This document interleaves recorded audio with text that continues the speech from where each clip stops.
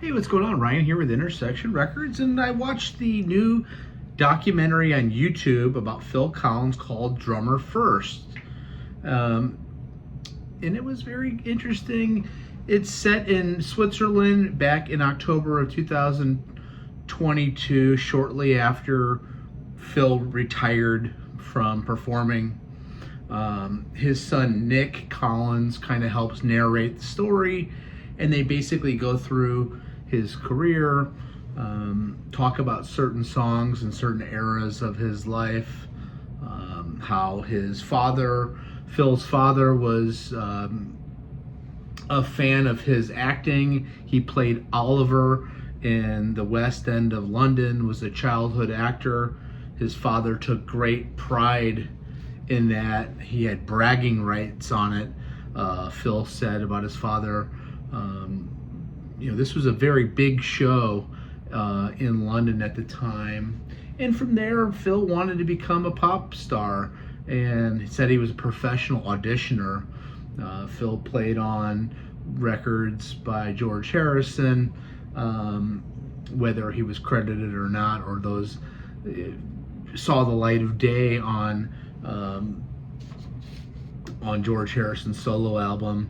There's lots of people that contribute to the documentary and talk about how awesome of an influence and how awesome of a drummer Phil Collins was. People like Chad Smith, Mike Portnoy, Billy Cobham, Leland Sklar, Charlie Benante, and Brian Daylor from Mastodon.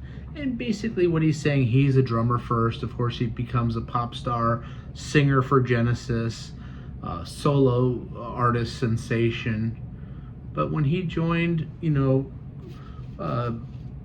Genesis, he talks about Peter Gabriel. He says this: Peter Gabriel said, as soon as he saw me sit down at the drum stool, he knew I was the drummer, and I got the call to say that I got the job. And it all went downhill slowly from there. He jokes.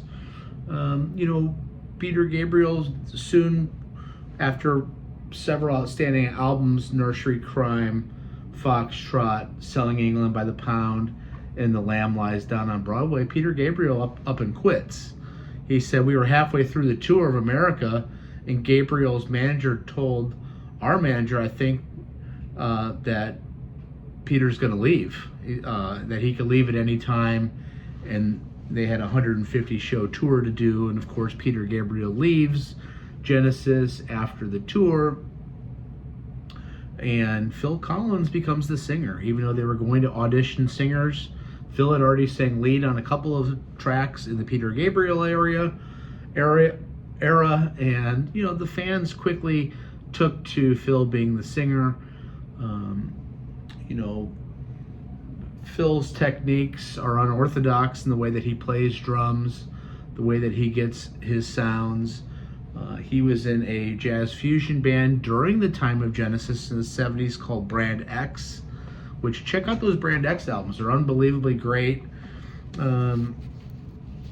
Ultimately, Genesis moves away from the progressive rock into more of a pop-oriented, with albums like Duke, with albums like Abacab, and certainly Genesis and Invisible Touch and onward. They leave the prog behind and more song-focused. It talks about the gated reverb sound that they discovered when Phil Collins was actually coincidentally helping Gabriel on a solo album get this gated reverb sound that he would go on to use in his solo career on songs like In the Air Tonight, and how influential the drum fill and that sound is for the future of the 80s. He says that dun dun dun dun dun dun dun dun on I Can Feel It Coming in the Air Tonight was just one of the takes of many. And that Atlantic record founder Ahmet Ertegun was a big support of Phil going solo in that great first album, Face Value. He talks about the introduction of electric drums into the equation after Phil, of course, had played acoustic drums for his career. Those Simmons electric drums were like hitting a piece of formica. In that hitting those hard drums affected the joint damage that would later make it impossible for Phil to play drums. His unorthodox style of drumming also led to some shoulder problems, some back problems. Ultimately, a drop foot issue caused him to really have problems walking. Phil walks with a cane, unfortunately, and is unable to perform. He's only 71 years old, but he looks much older than that and has trouble walking, frankly, and it's sad.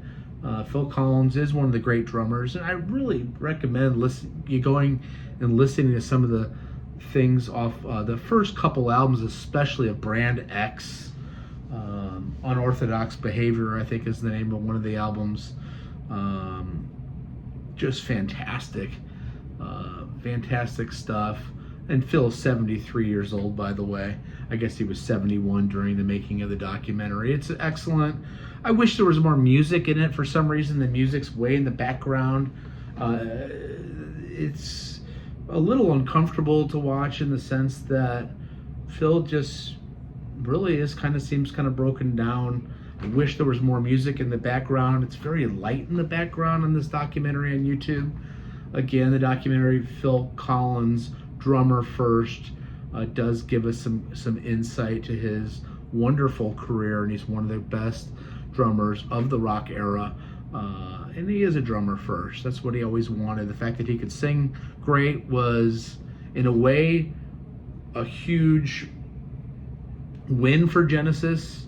In a way, him being such a great singer took away from the progginess of Genesis. So some prog Genesis fans resent the pop era Genesis. I'm, by the way, going to rank the discography later today of Genesis's 15 albums. Check out that. Check out my channel. Subscribe to this if you like this content. Peace out. See ya.